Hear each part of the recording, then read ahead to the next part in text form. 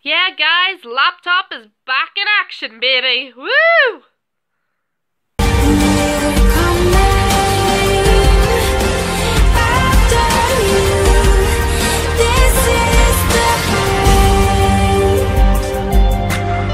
What's up, Shadowhunters, angels, and downloaders alike, and welcome to Fair and Unbiased for episode 16 of Shadowhunters Season 2B, A Day of Atonement. My laptop's back in action. I can edit again. We will never have to experience the horror of Erin Uncut ever again.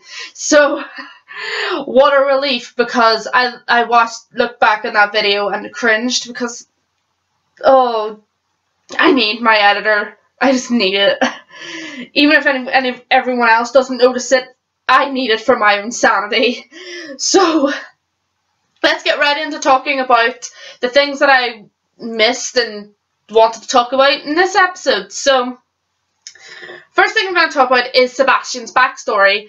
We finally got to find out about Sebastian and where he came from, what he's doing, how he relates to Valentine and the rest of them. And what we learned was that Sebastian was taken to... Well, he wasn't taken. Valentine forced him to eat him because of what he did to the farm boy. It was a farm boy, wasn't it? It was some sort of boy. For killing a farm boy, let's just say. Due to the experiments that Valentine had done on Sebastian to make him a bit loopy. And what he said was that Valentine forced him to eat him, and they decided, "You're too pretty for eating. We're going to burn you alive." And out of everything that I thought the reasoning for him looking like that would be, I really did not think it would be something so sick. I thought that it was just how he normally looked because of the experiments that Valentine did on him. Nah, he looked normal at one point, and he was forced to have his skin stripped off or burned away layer by layer, as he put it. That is some disturbing shit right there. And I'm not saying that as it's a bad thing. Portraying disturbing and fucked up shit isn't a bad thing, as long as the people aren't like going like, oh, well, you know, that's okay. It's okay for people to do that, because recently I've been experiencing a lot of people calling pieces of art that are I say art, like, you know, visual art, movies, TV shows, books, calling them like problematic and disturbing just because of the things that happen within it. And sure, things can be portrayed as disturbing, but that doesn't necessarily mean it's a bad piece of art. It just means that it's darker and it's more disturbing, as long as it's not portrayed as, like, for example, if Sebastian was burned alive and people were saying, oh, well, you know, that's okay because he's a villain. It's like, no, it's really not okay. I mean, I know he's a villain, but we don't want him tortured like that. We don't want anyone to be tortured like that.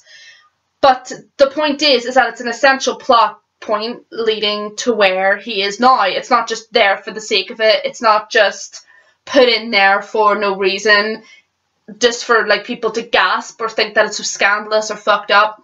It's there for a reason, because it's part of his plot.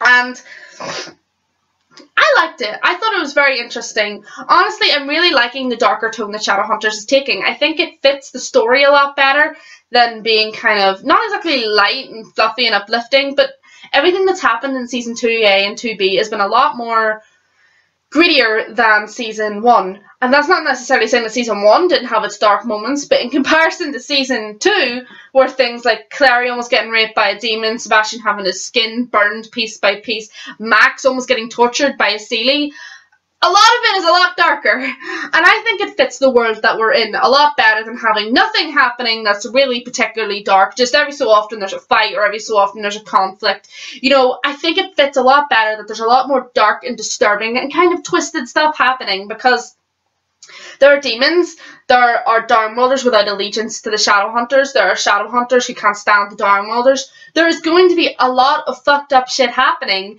and we can't censor it. I think censorship for these kind of things is the worst thing ever. If like, for example, if I got an example, because you know I love the Hunger Games. I think the Hunger Games would have done a lot better if it had been given a higher rating, so that they could portray more of the fucked up shit that happens. I feel like I know that they're trying to appeal to teen audiences, and I know they're kind of doing that with Shadowhunters as well, and they did it with the Mortal Instruments movie, but sometimes things serve a lot better having a higher rating so that the disturbing and fucked up shit can be portrayed properly. And sure, that means maybe some younger viewers would have to watch it with their parents, or they'd have to, I don't know, sneak behind their parents' back to watch it or something, but on a whole, it makes the events a lot more realistic and a lot more, makes the stakes a lot higher as well. And I really like that that was why Sebastian looks the way he is. Not only that, it kind of addresses the problem that all the fans were having, because the fans were demanding that they wanted Sebastian to be pretty too. Because I was meant to refer to this in Fair and Unbiased last week, but obviously charger when couldn't record on computer, phone wouldn't let me upload recordings from it. So the thing I wanted to talk about last week was that fans were having a problem with the fact that Sebastian was ugly. I saw this coming. I saw this coming from a mile off. First thing I thought was that Cassandra Clare was going to bust her lid, but I don't follow Cassandra Clare on Twitter anymore. I don't know what her thoughts on it are, and I honestly don't care. But people actually were so upset to the point that they made hashtag Shadowhunters is over party trending on Twitter. Can you believe how superficial that is? I can't get over it.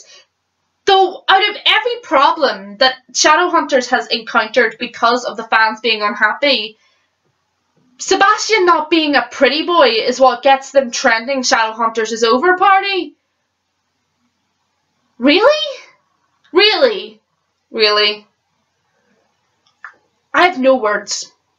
Sebastian is a villain, and you know what? I think him not being pretty all the time will actually make it a lot easier for fans, especially the idiot fans who romanticize him and excuse his behaviour and ship him with Clary, and ship him with this person, ship him with that person. As a villain, I don't mind slash ships, but not if they're a villain, not if they're a bad guy and they're portrayed as being alright because they're in love with each other. No, I might make a video on that someday, but him not being pretty might make it harder for people to do that, because we all know if Sebastian had been ugly in the books, if he had been ugly as hell, if he had looked the way he looks in the show, in his real form, no one would have romanticized him in the books, no one would have shipped him with anyone, everyone would have saw him as the villain that he is. But no, because in the books he's described as a pale prince with pale white hair, dark, hypnotizing eyes, all that crap, because of that, people ship him, people romanticize him, and no, I can't, no. So I'm thankful that Shadowhunters is making him look like the villain that he is. Maybe we'll come to a day where villains can look pretty and we don't have to worry about their behaviour being excused by people because of that, but Twitter proved to us that today is not that day, because Cassandra Clare's army of idiots trended Shadowhunters is over party last week. And the rest of us had to do damage control and tweet to the cast and the crew and everyone that we don't think that. The people with a brain don't think that. It's okay to be upset, but bringing it to the cast and the crew in such an ugly manner is just... no. I'm all for expressing your opinion, but do it in a decent way. Do it in a way that's just decent. These are people. They're not your puppets that you can just demand things from. If they make a mistake, talk to them like they're people. This is like a stupid thing that I have to explain. And honestly, I don't want to talk about this anymore. Look, Sebastian is ugly. Cope with it. Or leave. Because I just cope with it or leave. I don't have any other way to put it. Because I don't want just here if you're gonna want to romanticize Sebastian as a wee pretty boy. Go. Just go. Clary can create portals. Clary can create portals. Clary can create portals! This was in the book. My friend looked it up for me on the Shadowhunter wiki, and Clary was able to create portals in the books as well. I think she did it once. I can't remember. I honestly don't care. But if we could get any more into the depths of Clary Sue Fray, this is it. As Jace put it, Warlocks work really hard to learn to create portals. But no, Clary sees a rune. Clary sees a rune. And she can do it instantly. And it takes them directly to where they need to go. And I talked about how I don't like Clary and Jace's behaviour in regards to that in First Thoughts, but It really bothers me that it's just like, oh yeah, this is something that the Darkmolders had to work really hard for, but look at Clary, isn't she amazing? She was able to master it in seconds. Come on, Darkmolders, up your game. What the fuck's wrong with you? I can't stand Clary. I can't stand Clary. I think it would have been more interesting if they had have tried to get the portal through Alec and Robert. I thought that would have been supposed to have a more interesting kind of means of doing things, like have them try and work through the system and shit like that, but no. No, Clary just creates it. And they end up in Lakeland. And they end up fucking things up, because that's just what they do. Can we appreciate the fact I got one dislike? Pretty much, I'm pretty sure, because my title of the last video was Jason Clary Ruins Everything. Oh! Even if that isn't the reason, I find it so funny. Honestly, dislikes kind of make my day a bit, because it's like, oh, who was that? But yeah, Clary can create portals. Clary Sue Fray continues. Fuck the Darkmolders, fuck the Warlocks for trying so hard. You should just got the Shadowhunters to create runes, or got Clary to create a rune for you. I don't like it. I don't like it. I don't like it. I just don't. Robert was able to influence Imogen's decisions because the fact that he knew that they did not have the soul sword. This is actually an answer that I'm glad we got, because at the start of season 2B, Imogen was sitting talking about how they were like testing the soul sword, and I was sitting like, but didn't someone take it at the end of 2A? I was so confused. I was like, did they get it back? No, they didn't get it back. They were lying. Sebastian has the soul sword, which poses a lot of problems because now that Sebastian is in allegiance with Valentine, and they both hate Darkmolders, and they're both racist fucks. Oh, we're in for some trouble. To be fair, it's probably gonna have to be a question of how they're going to get the soul sword to work again, because Clary deactivated it with her runes, her magic runes, and the only thing that works now is its truth-telling abilities. So I feel in the future it's going to be that I predict that in the future it's going to be that the Darkmolders are going to find out that the Shadowhunters don't have the soul sword, which is going to obviously pose a lot of problems, because they're like, excuse me, that thing can kill us, sir. What are you doing? And I feel like that's maybe what Magnus is talking about in the sneak peek for next week, where he said that Alec lied straight to his face. Maybe Alec is going to say that he doesn't know where the soul sword is, or something along those lines. I hope it doesn't lead to more Maldic conflict, because we got enough of that, for fuck's sake. And yeah, I think this is there's going to be more Darkmolder tension now if it gets out that the Shadowhunters don't have the soul sword anymore. Because you saw what it did last half of the season when they found out that the soul sword was being in danger of being touched anyway. They were all like, let's kill Clary, which I thought was a very decent idea, but no, don't kill Clary. But really, the only people who could kill all the Darkmolders are Jason and Clary. So maybe just keep them away from the soul sword. I hope there's not going to be another situation where the only option is to kill them, because just kill them. They're not worth it. They're not worth the entire world of Darkmolders, but they'll go like, no, we can't kill Jason and Clary. They're our family. Power stuffs. Gotta give a quick shout out to the power shit stuffs.